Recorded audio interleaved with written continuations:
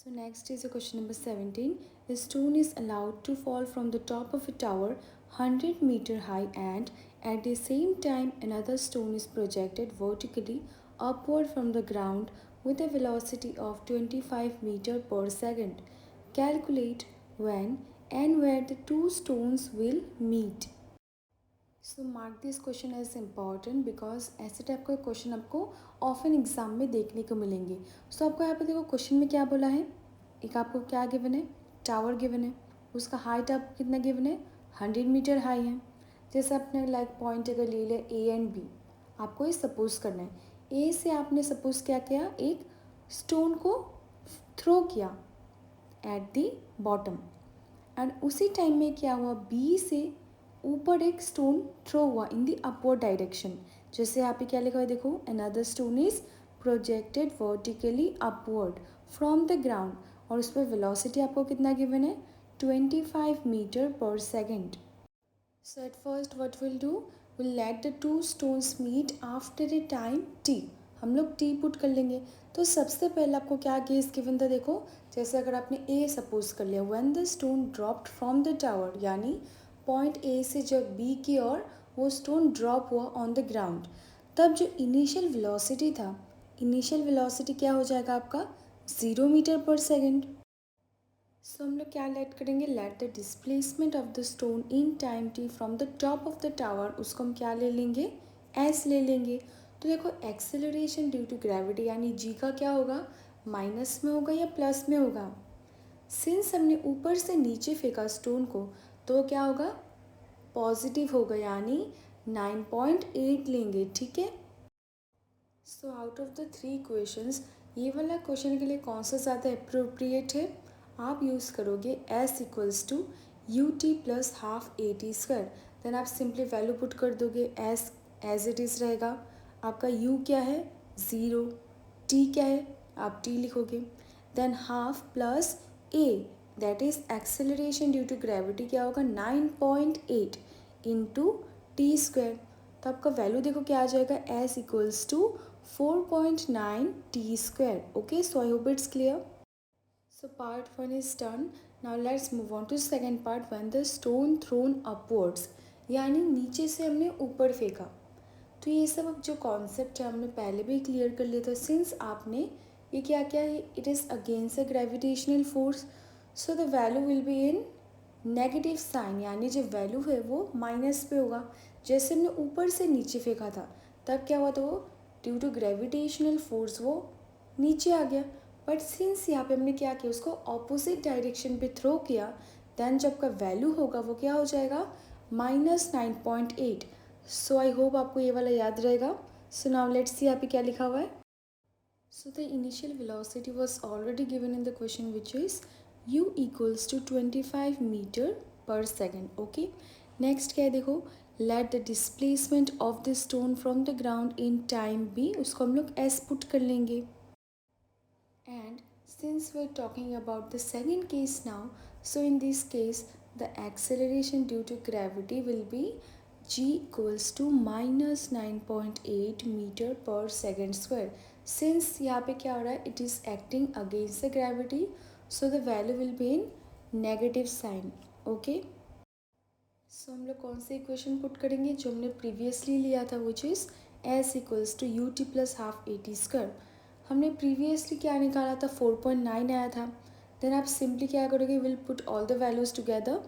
सो यहाँ पे देखो आपका सेकेंड इक्वेशन में क्या हो जाएगा, S equals to 25 T minus 4.9 T square. ये आपका क्या हो जाएगा, सेकेंड इक्वेशन. तो दो इक्वेशन हमने फाइंड आउट कर लिया. अभी आपको क्या करना है, कंबाइंड वे पे फाइंड करना है. That is the combined displacement of both the stone at the meeting point is equal to the height of the tower, which is 100 metre. So आप क्या करोगे, एस प्लस एस आपका कितना है, ऑलरेडी गिवन है, which is 100 metre high. And when you will solve it, तब आपका देखो मेन आंसर क्या हो जाएगा, 4 सेकेंड. बहुत ही सिंपल है, आपको सिंपली क्या करना है, इसको सॉल्व कर लेना है. So this part is also done. अब देखो क्या लिखा हुआ है. So at the end what you will write, in 4 second the following stone is covered the distance given by equation 1 as, आपको क्या गिवन था, 4.9 इंटू 4 स्क्वायर दैट इज आपका आंसर क्या आ जाएगा 78.4 मीटर। देयरफॉर क्या होगा आपका Therefore, the stone will meet after 4 seconds at a height 100 minus क्या हो जाएगा 78.4. So the main answer will be 20.6 meter from the ground. So I hope it's clear. And also if there is any doubt, feel free to comment below. मैं दोबारा आपको समझा दूँगी. Okay? So next is question number 18. A ball thrown up vertically returned to the thrower after 6 seconds. Find first the velocity with which it was thrown up, second the maximum height it reaches, and third its position after 4 seconds. So how you will write, देखो first आप क्या लिखोगे, time of ascent is equal to the time of descent. ये हमने previous lectures पे भी ये वाला जो topic है पर्टिकुलरली ये जो लाइन हमने डिस्कस किया था, सिंस ये पे जो बॉल है उसको टोटल टाइम कितना लगा था 6 सेकेंड इन, अगर हम लोग लाइक टोटल करेंगे अपवर्ड एंड डाउनवर्ड जर्नी को, तो अपवर्ड एंड डाउनवर्ड दोनों मिला के 6 हुआ, तो एक में कितना हुआ 3 सेकेंड, यानी जाने में 3 आने में 3, टोटल कितना हो गया 6 second. I hope it's clear. So I hope आपको ये जो कॉन्सेप्ट है पूरा क्लियर हो गया होगा. यही चीज़ यहाँ पे लिखा हुआ है, hence it has taken 3 second to attain the maximum height. Okay, तो फाइनल वेलोसिटी क्या होगा, एकदम ऊपर जाके जो फाइनल वेलोसिटी है वो ज़ीरो हो जाएगा, that is v equals to 0 metre per second. And since यहाँ पे जो एक्सेलरेशन ड्यू टू ग्रेविटी क्या हो जाएगा, ऑपोजिट साइन हो जाएगा, which is -9.8 metre per second square. So out of the following 3 equations यहाँ पे सबसे सूटेबल कौन सा होगा, v equals to u plus A T. ये सब आप जब लाइक बहुत सारे क्वेश्चंस ऐसे रिलेटेड टाइप आप सॉल्व करोगे, देन क्या होगा, आपको इस पर मास्टरी आ जाएगा, आपको समझ में आने लगेगा. Suppose there is a question, उस पर कौन सा इक्वेशन हम लोग के लिए सूटेबल है, तो या विद इन प्रैक्टिस लाइक आप जितना प्रैक्टिस करोगे उससे क्या होगा, आपका जो कॉन्सेप्ट है और भी धीरे धीरे क्लियर होता रहेगा. जैसे यहाँ पे आपने क्या लिया, v equals to U plus A T ले लिया. सो आई होप आपको ये ट्रिक समझ में आ गया होगा. नाउ सिंपली उसके बाद आप क्या करोगे, वैल्यू पुट कर दोगे. सो आपका इनिशियल वेलोसिटी क्या आ जाएगा, 29.4 मीटर पर सेकेंड स्क्वायर. तो फर्स्ट हो गया हमारा, क्या लिखोगे लास्ट पे, hence the ball was thrown upward with a velocity of 29.4 meter per second. Now coming to the second part, which is you have to find out the maximum height it reaches. तो हम क्या late कर लेंगे, maximum height attained by the ball be age, हम लोग इसको age put कर लेंगे. तो सिंस यहाँ पे आपको जो इनिशियल वेलोसिटी जो हमने ऑलरेडी फाइंड आउट कर लिया वो क्या है आपका 29.4 and the final velocity will be 0. सब क्या लिखोगे, v equals to 0 metre per second. अब सिंस से ऑपोजिट डायरेक्शन पे, तो जो एक्सेलरेशन ड्यू टू ग्रेविटी है वो क्या हो जाएगा, माइनस पे हो जाएगा, which is -9.8 metre per second square. So out of the following 3 equations आप यहाँ पे कौन सी यूज़ करोगे, s equals to U T plus half A T square. Then आप सिंपली क्या करोगे, उसको वैल्यू में पुट कर दोगे and the final answer will be S equals to 44.1 metre.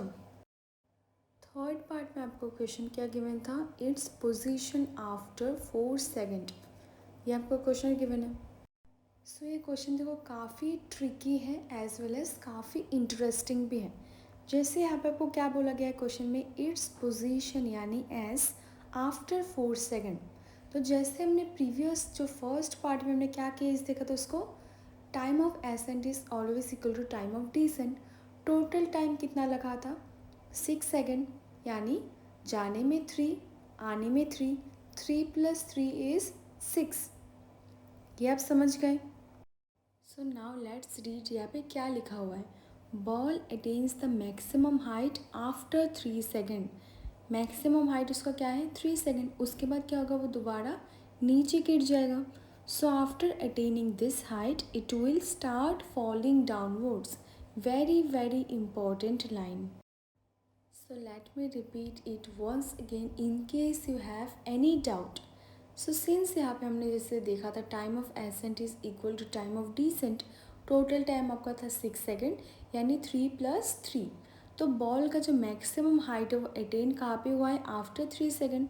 सो इस हाइट को अटेन करने के बाद ये क्या होगा, नीचे गिरना शुरू हो जाएगा। सो इस केस में जो इनिशियल वेलोसिटी वो क्या हो जाएगा, दैट इज़ वो ज़ीरो हो जाएगा, बिकॉज आफ्टर 3 वो दोबारा नीचे गिरना शुरू हो गया।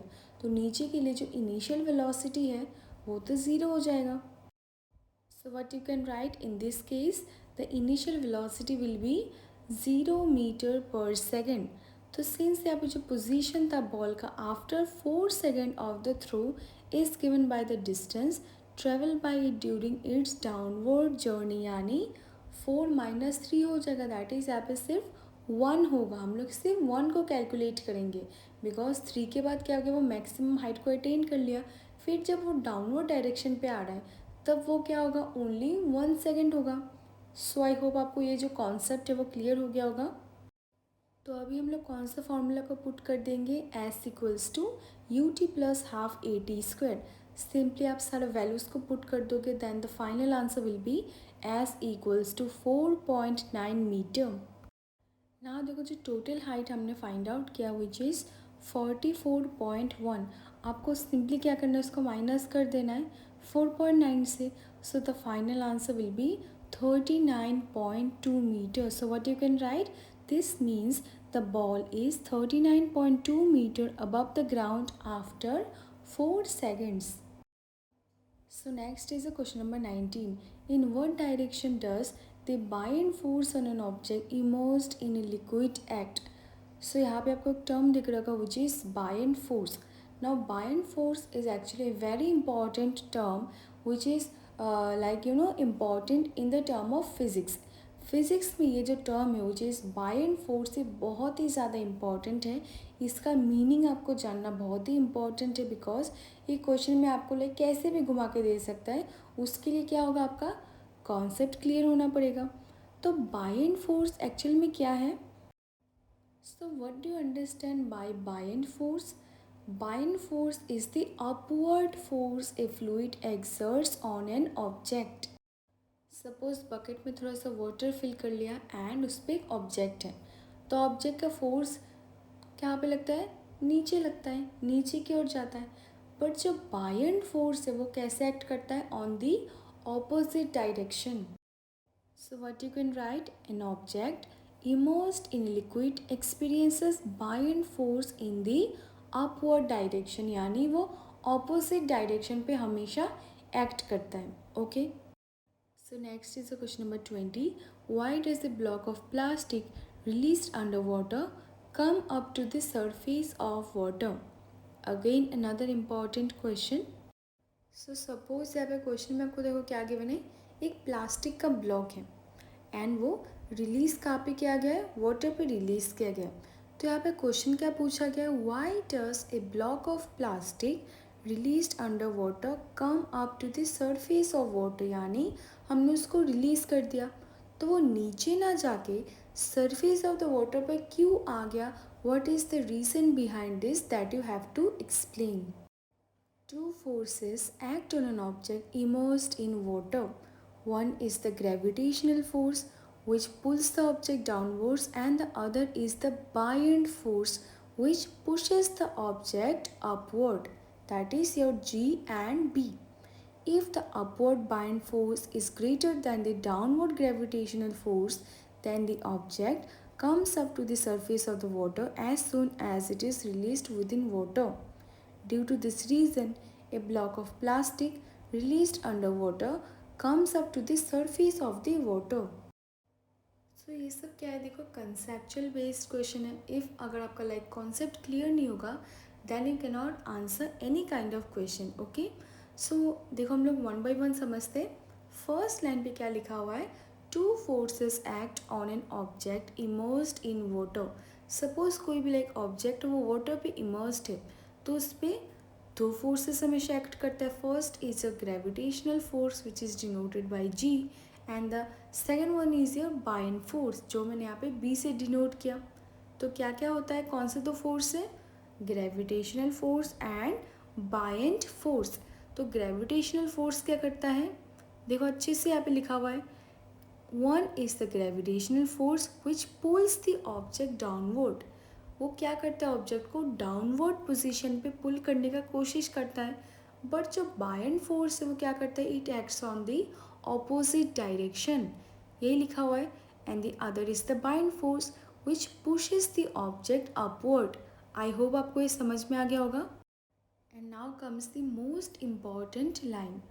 If the upward bind force is greater then the downward gravitational force, यानी जो अगर gravitational force का पावर कम हुआ and bind force का पावर ज़्यादा हुआ, तब क्या होगा, जो ऑब्जेक्ट है it will come up to the surface of the water as soon as it is released within water.